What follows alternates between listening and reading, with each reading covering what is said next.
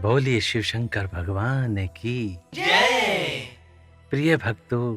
श्री शिव महापुराण के वायव्य संहिता उत्तरखंड की अगली कथा है त्रिविध दीक्षा का निरूपण, शक्तिपात की आवश्यकता तथा उसके लक्षणों का वर्णन, गुरु का महत्व, ज्ञानी गुरु से ही मोक्ष की प्राप्ति तथा गुरु के द्वारा शिष्य की परीक्षा। तो आइए भक्तों, आरंभ करते हैं इस कथा के साथ 15वां अध्याय।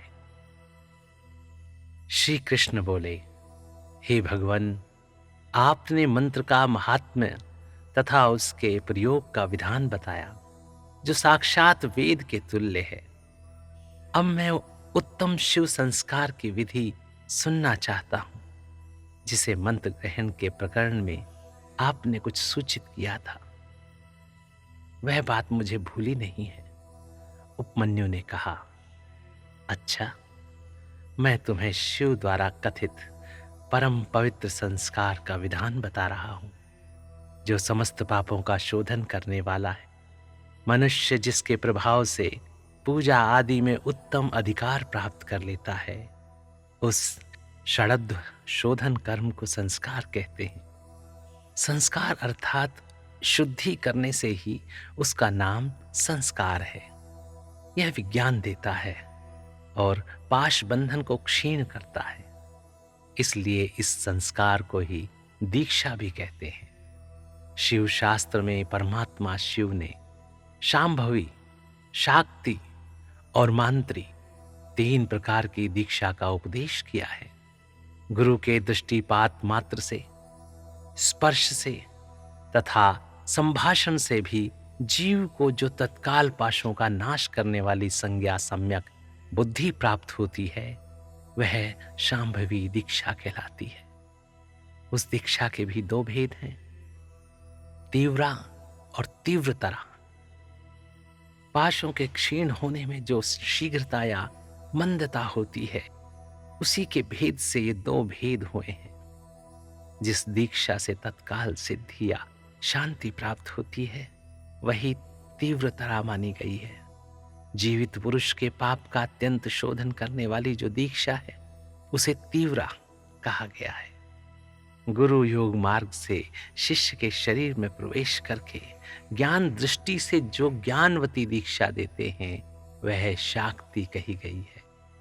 क्रियावती दीक्षा को मांत्री दीक्षा कहते हैं। इसमें पहले होम कुंड और यज्ञ मंडप का निर्माण किया जाता है।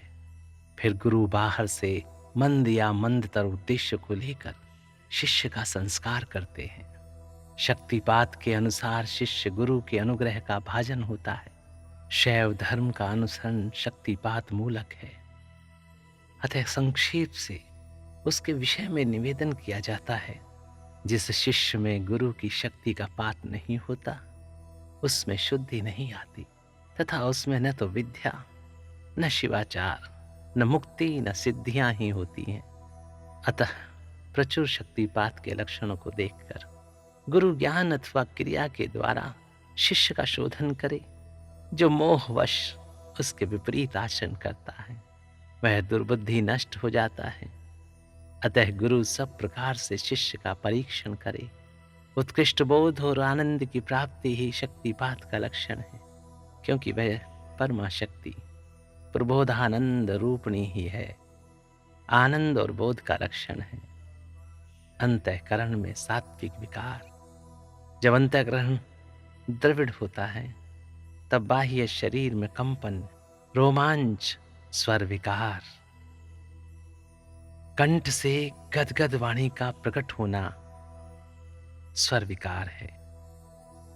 नेत्र विकार, नेत्रों से अश्रुपात होना, और अंग विकार, शरीर में स्तंभ, जड़ता तथा स्वेद आदि का उदय होना, ये सब प्रकट होते हैं। शिष्य भी शिव पूजन आदि में गुरु का संपर्क प्राप्त करके अथवा उनके साथ रह करके उनमें प्रकट होने वाले इन लक्षणों से गुरु की परीक्षा करे। शिष्य गुरु का शिक्षणीय होता है और उसका गुरु के प्रति गौरव होता है।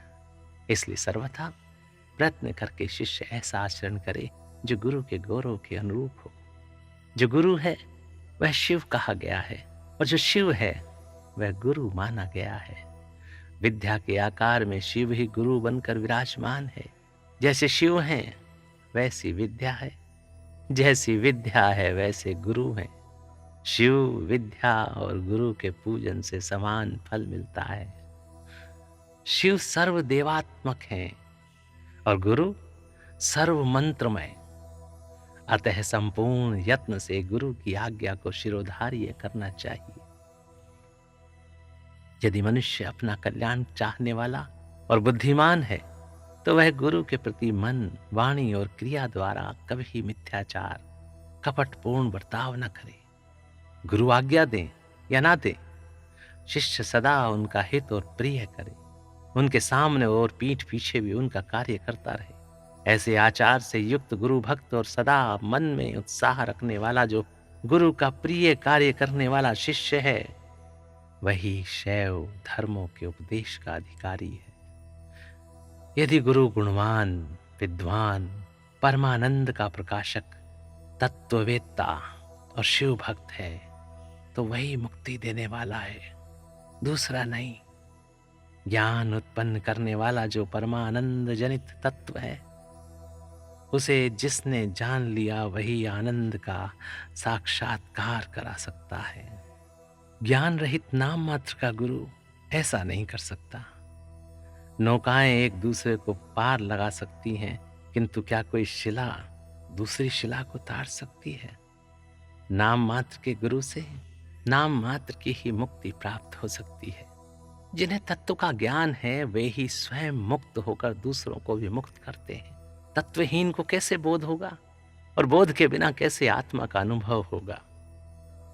अन्योन्ययं तारयेन्योकाः किं शिला तारयेच्छिलाम् एतस्य नाम मात्रेण मुक्तिर्वै नाम मात्रिका।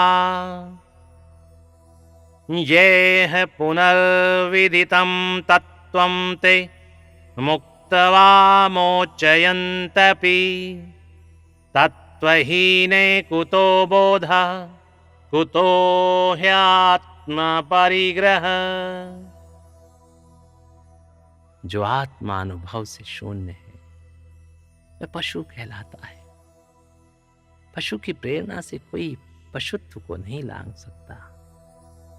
अतः तत्वज्ञ पुरुष ही मुक्त और मोचक हो सकता है, अज्ञ नहीं।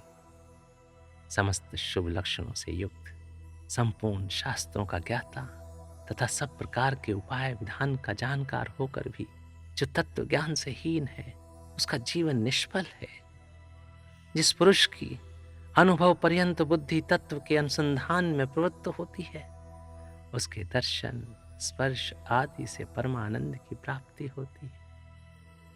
अतः जिसके संपर्क से ही उत्कृष्ट बोध स्वरूप आनंद की प्राप्ति संभव हो, बुद्धिमान पुरुष उसी को अपना गुरु चुने, दूसरे को नहीं। योग्य गुरु का जब तक अच्छी तरह ज्ञान न हो जाए तब तक विनयाचार, चतुर, मुमुक्षु शिष्यों को उनकी निरंतर सेवा करनी चाहिए। उनका अच्छी तरह ज्ञान, सम्यक परिचय हो जाने पर उनमें सुस्थिर भक्ति करें। जब तक तत्व का बोध न प्राप्त हो जाए तब तक निरंतर गुरु सेवन में लगा रहे। तत्व को न तो कभी छोड़ें और न किसी तरह भी उसकी उपेक्षा ही करें। जिसके पास 1 वर्ष तक रहने पर भी शिष्य को थोड़े से भी आनंद और प्रबोध की उपलब्धि न हो, वह शिष्य उसे छोड़कर दूसरे गुरु का आश्रय ले। गुरु को भी चाहिए कि वह अपने आश्रित ब्राह्मण जातीय शिष्य की 1 वर्ष तक परीक्षा करे, क्षत्रिय शिष्य की 2 वर्ष और वैश्य की 3 वर्ष तक परीक्षा करे।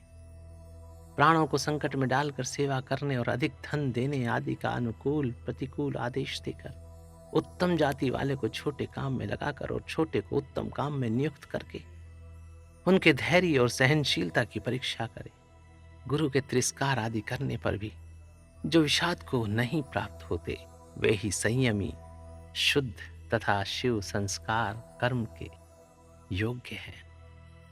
जो किसी की हिंसा नहीं करते, सबके प्रति दयालु होते, सदा हृदय में उत्साह रखकर सब कार्य करने को उद्धत रहते, अभिमान शून्य, बुद्धिमान और स्पर्धा रहित होकर प्रिय वचन बोलते, सरल, कोमल, स्वच्छ, विनयशील, सुस्थिर चित्त, शोचाचार से संयुक्त और शिव भक्त होते, ऐसे आचार व्यवहार वाले द्विजातियों को मन, वाणी, शरीर और क्रिया द्वारा यथोचित रीति से शुद्ध करके तत्व का बोध कराना चाहिए।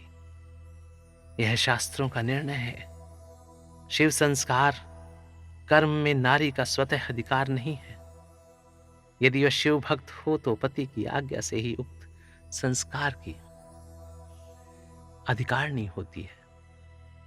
विधवा स्त्री का पुत्र आदि की अनुमति से और कन्या का पिता की आज्ञा से शिव संस्कार में अधिकार होता है।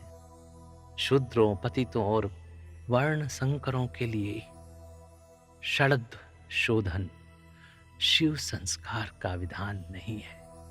वे भी यदि परम कारण शिव में स्वाभाविक अनुराग रखते हों तो शिव का चरणोदक लेकर अपने पापों की शुद्धि करें। बोलिए शिव शंकर भगवान की जय। प्रिय भक्तों, इस प्रकार यहाँ पर श्री शिव महापुराण के वायवीय संहिता उत्तरखंड की ये कथा और 15वां अध्याय यहाँ पर समाप्त होता है। तो आनंद के साथ बोलिए भक्तों, बोलिए शिव शंकर भगवान की जय। और अनुराग के साथ बोलिए, भाव के साथ बोलिए, ओम नमः शिवाय, ओम नमः शिवाय, ओम नमः शिवाय।